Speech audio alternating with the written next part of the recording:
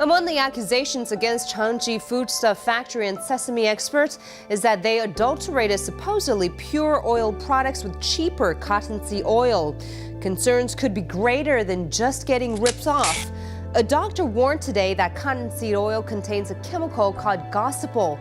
In men, it can cause testes to shrink and lead to infertility, and in women, it can disrupt the menstrual cycle. It is, however, still commonly used in foods like potato chips. For over a century, we've been fed a lie so big that it's reshaped the entire food industry, made billions in profits for corporations, and left us sicker than ever before. That lie? That seed oils, like soybean, canola, and corn oil, are heart-healthy, while animal fats like butter, lard, and tallow are dangerous.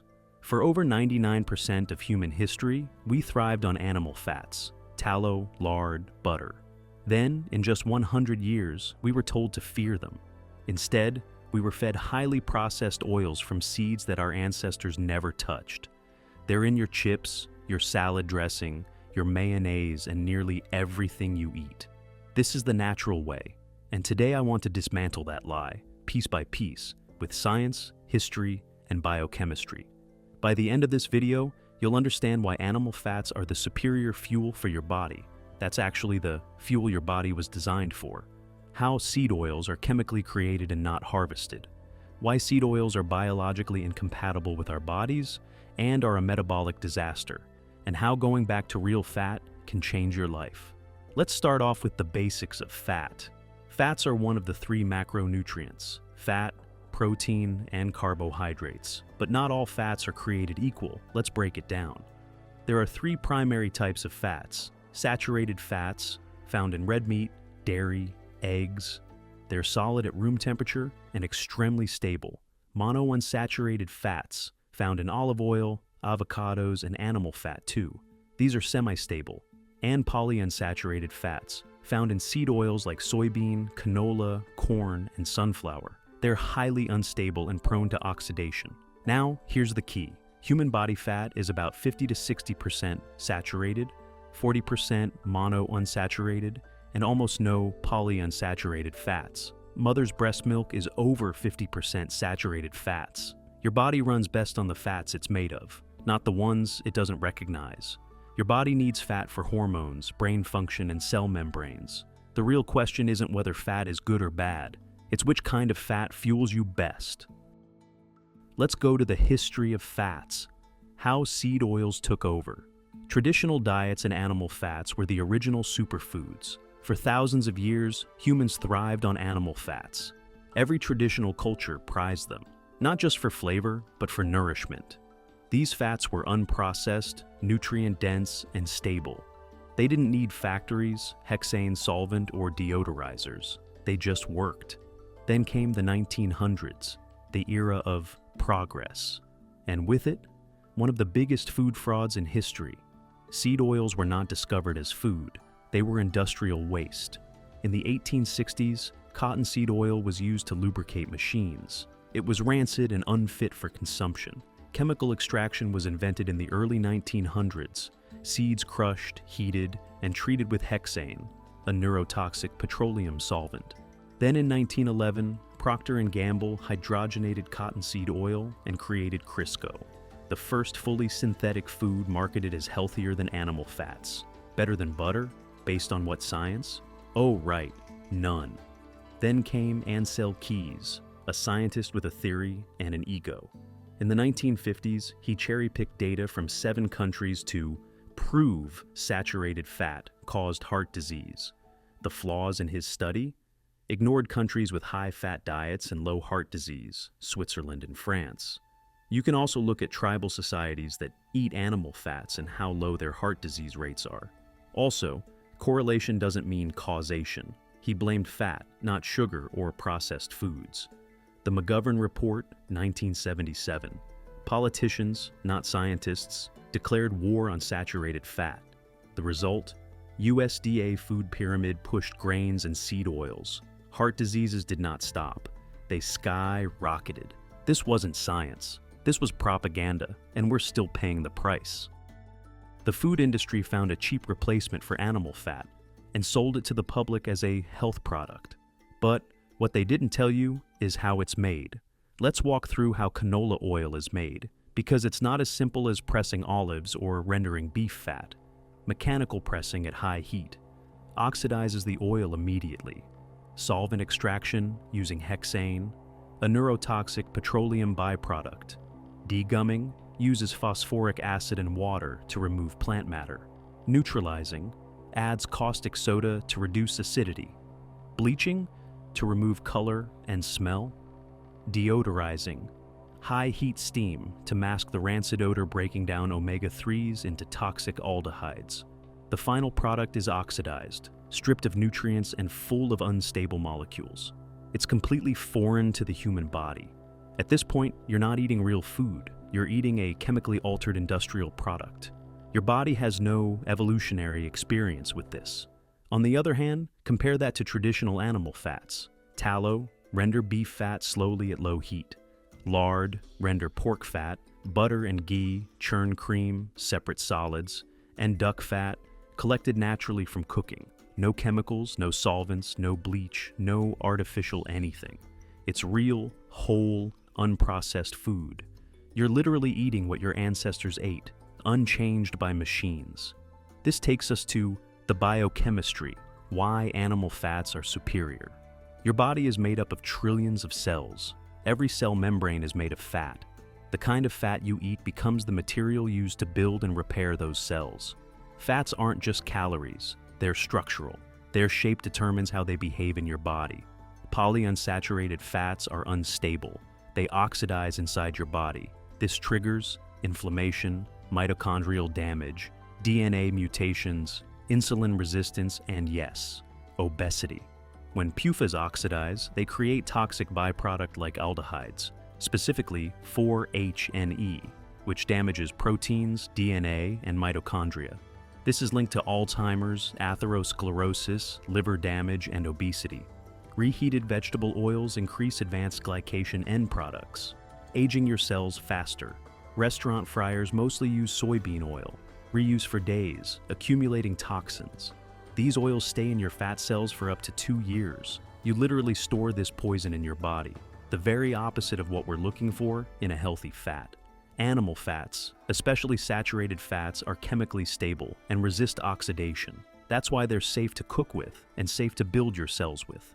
Animal fats aren't just fuel, they're nature's multivitamins. They contain the fat-soluble vitamins.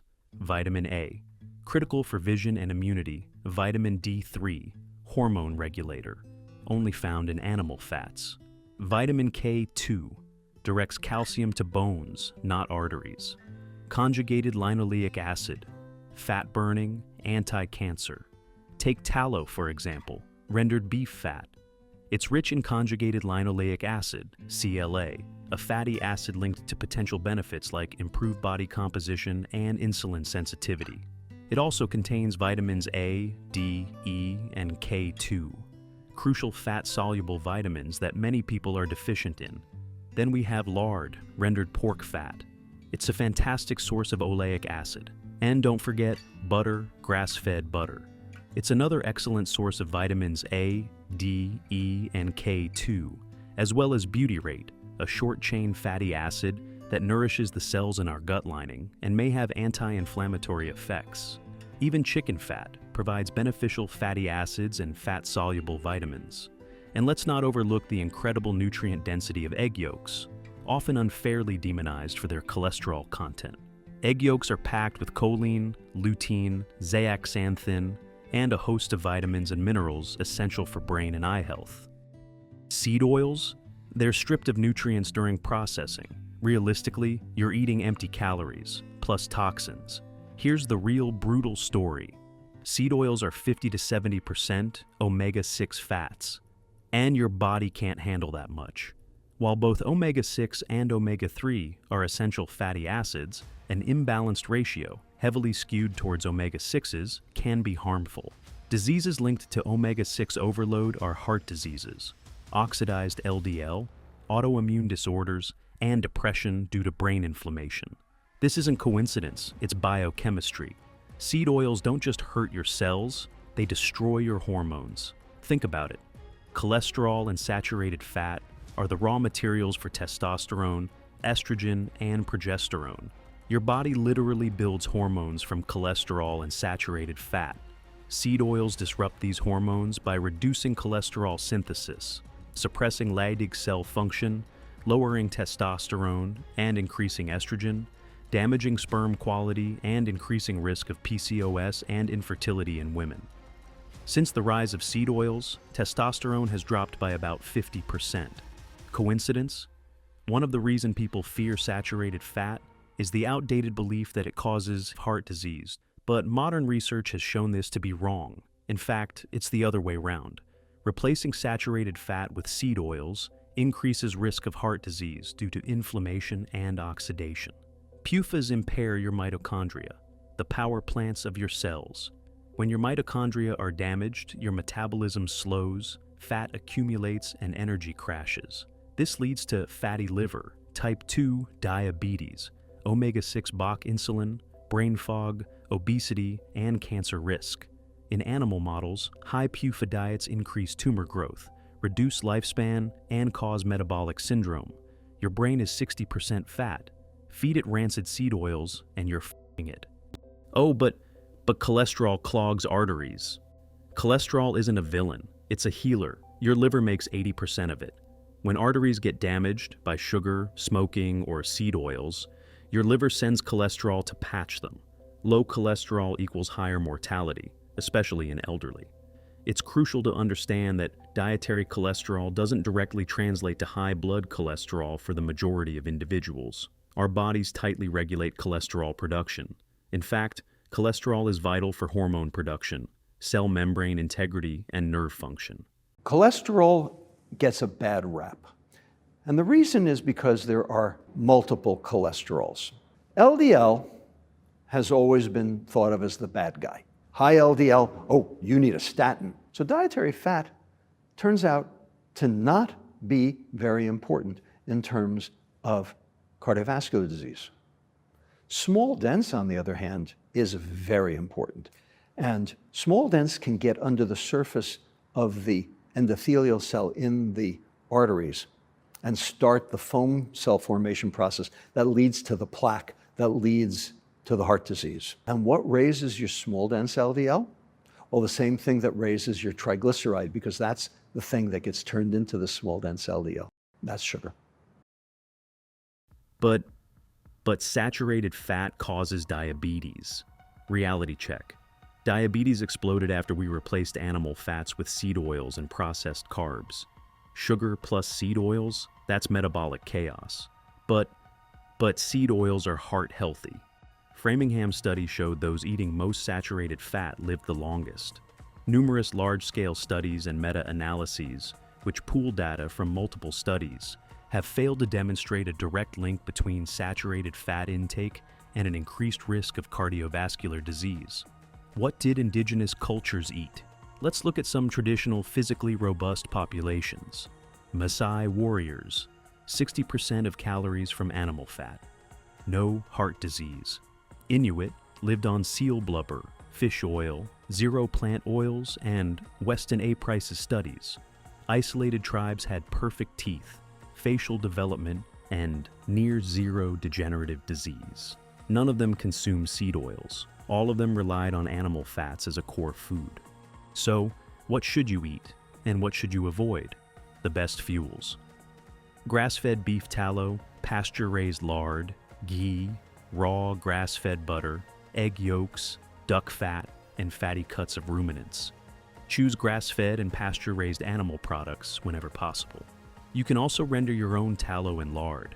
It's a simple process and a cost-effective way to obtain high-quality cooking fats. You should avoid canola, soybean, corn, safflower, sunflower, grapeseed, and cottonseed. Eat fat from animals, not from factories. Seed oils aren't natural. They're highly processed. If you're thinking of eating clean and cutting out processed foods, that should be among them. Check food labels that list seed oils as primary ingredients and avoid processed snacks, fast food and restaurant fryers, as they're often loaded with seed oils. Animal fats have nourished humans for hundreds of thousands of years. The choice is simple. Eat what your body evolved to thrive on. They're stable, nutrient-dense, and don't require industrial processing. Don't fear fat. Fear the fake food that's replaced it. Seed oils are a modern experiment, one that's failing miserably. As I said in my previous video, I grew up eating predominantly plant-based diets, and I also ate a lot of seed oils.